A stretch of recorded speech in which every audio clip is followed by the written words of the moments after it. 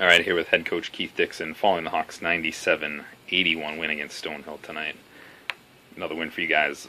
Got down 21-11 early, 31-12 run, go up 9, then up 15. They make a run late, kind of cut it to 4, which seemed to kind of be happening to you guys lately, but this time 20-4 run to kind of put them away. Was it, kind of good to see rather than kind of have to hold them off by 4, 6, 8, 9 to kind of see them finally? Yeah, I wasn't thrilled with our start, to tell you the truth.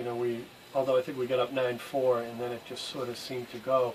And they did exactly what we didn't want them to do. They got the ball in the post area too easily, and they killed us on the glass and generated second shots and free throw attempts, which was good for them. And then we really struggled early in the game getting inside of them a little bit. And then I think, we put a group in there. We finally got a hold of ourselves and really, I thought played a pretty good first half and was, I don't want to say fortunate we were up 6, but I thought it could have probably been 8, 10, 12, and, we missed a shot at the buzzer, And then we cleaned up the backboard in the second half.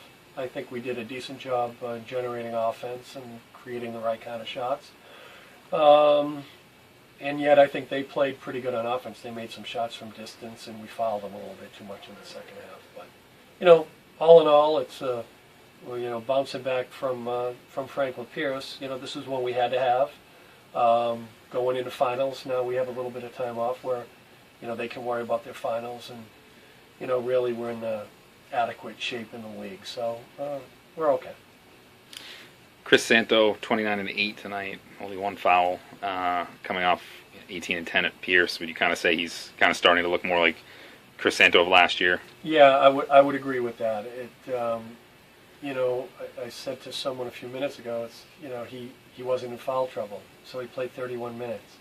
And I think his production is just so important to this team that if you can sub him only when he's tired, and play him more minutes, I think we'd get more production out of him. So he did a good job tonight staying out of foul trouble. I think he was more proactive instead of reactive on defense, and that's the kind of basketball player he is when he's right. So hopefully we can look forward to more of that from Chris.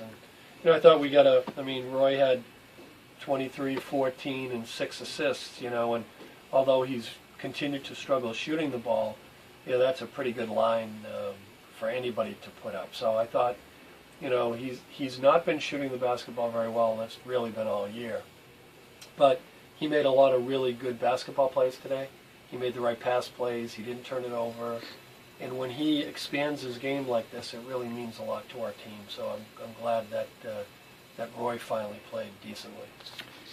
Can a game like this, where he kind of scores in multiple ways and helps you in different ways, kind of help him get that game where he kind of gets back on track, or is that just more something specifically with his shot? Yeah, I think I don't know what's the matter with his shot, to tell you the truth. He's really just missing his open looks. And, I think Roy will be fine if he continues to just take shots he should shoot and don't try to force it, and then he's taking step back, pull up, dribble drive, in the lane fadeaways, which he shouldn't be taking. So, I think in the end Roy will be fine, and when he gets back on track, then maybe we'll look like a little bit different of a team.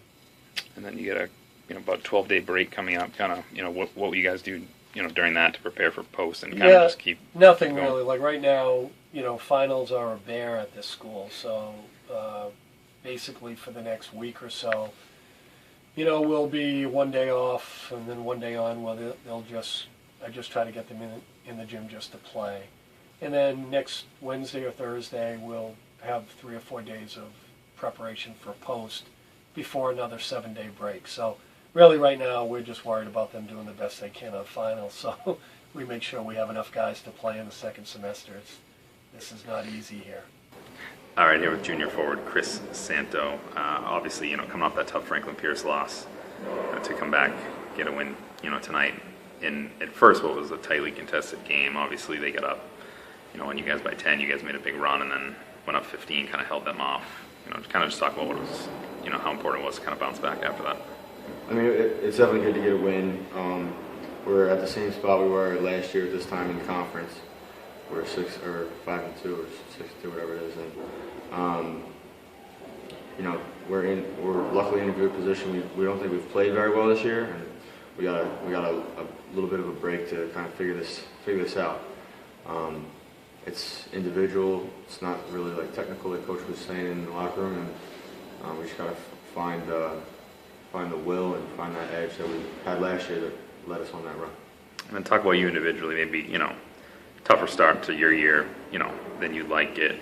Solid game up at Pierce, and then 29 and 8 tonight. You know, you just kind of feeling more like Chris Santo these days.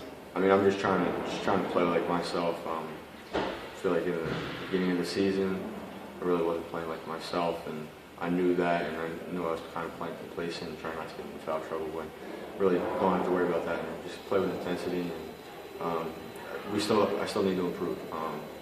Got to improve on the defensive end and improve on focus and concentration, and continue to work on my not getting into foul trouble and trying to stay on the court as much as possible. So there's still a lot of work to do, but luckily it's still kind of early in the season. I'd imagine when you do that, I mean, obviously you got the first one early today, you maybe thought, here we go again, but we're able to stay on the floor. I got to think when you don't have to worry about in the back of your mind being pulled off the floor because of your foul trouble, you got to think it's easier just to play your game. Yeah, it's a lot easier going into the second half without two. Just being able to try and, I kind of play a little strange, kind of crazy, so I like to kind of let that out once I'm not in foul trouble, and it's a little easier to do that when I'm not in foul trouble. So.